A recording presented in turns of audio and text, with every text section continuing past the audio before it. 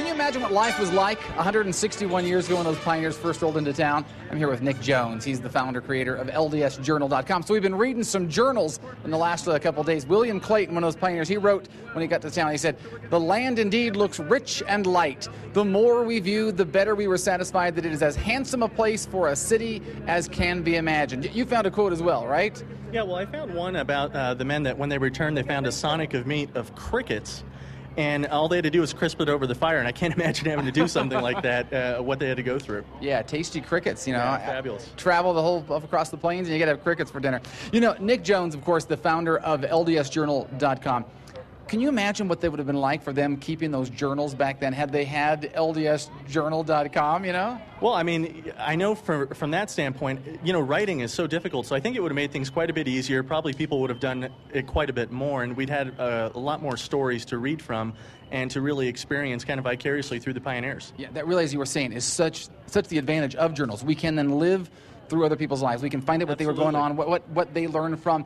Explain to me how LDSjournal.com works, because this is not, I struggle so often with getting a journal, writing things down, and I end up not doing it. So how does it make it easier with LDSjournal.com? Well, I think we all struggle in some ways, and so LDSjournal.com was created as a free, private, online service to really kind of make journaling easier and more fun for people so they do it a little bit more often.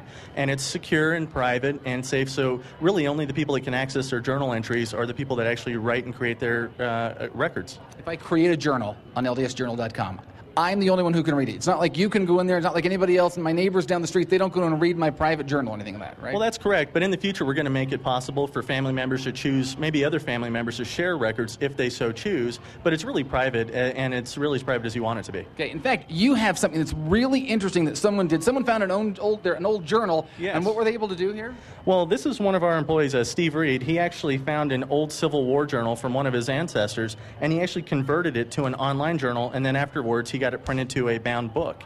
And there's really some interesting stuff in here. There's an entry about President Lincoln, even his assassination. So, I mean, it's really great, interesting reading to be able to read about those events through the eyes of someone else. And part of your philosophy is we are all pioneers. Because so often I think, oh, they had cool stories. I don't have cool stories. The pioneers had cool stories. They were eating crickets. They were the first ones in the valley. Nothing like that happens to me. But we are all pioneers, right? Well, I think that's one thing that we need to remember. On an event like today, you know, it's an opportunity for us to celebrate and remember those pioneers and the things that they went through, and to remember that, in a way, we're all pioneers for our posterity and for our relatives in the future, so that they can kind of live vicariously through us and experience the moments and memories that we have. So on LDSjournal.com, I can record all my journals there. I can even print it out in hardbound books.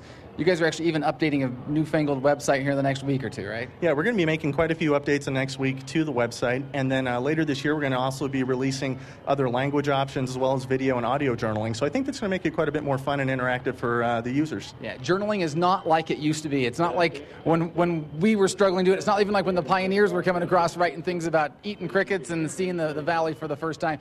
If you'd like to know more information about it, just go to their website. LDSjournal.com is the website, and you can actually record some of your own history for your posterity to read as well. It's a beautiful day out here, of course. We're getting ready, about 10 minutes away from the Days of 47 KSL 5 parade, and as things are warming up, Brooke is coming to the rescue with some creamies along the sideline. Right, Brooke?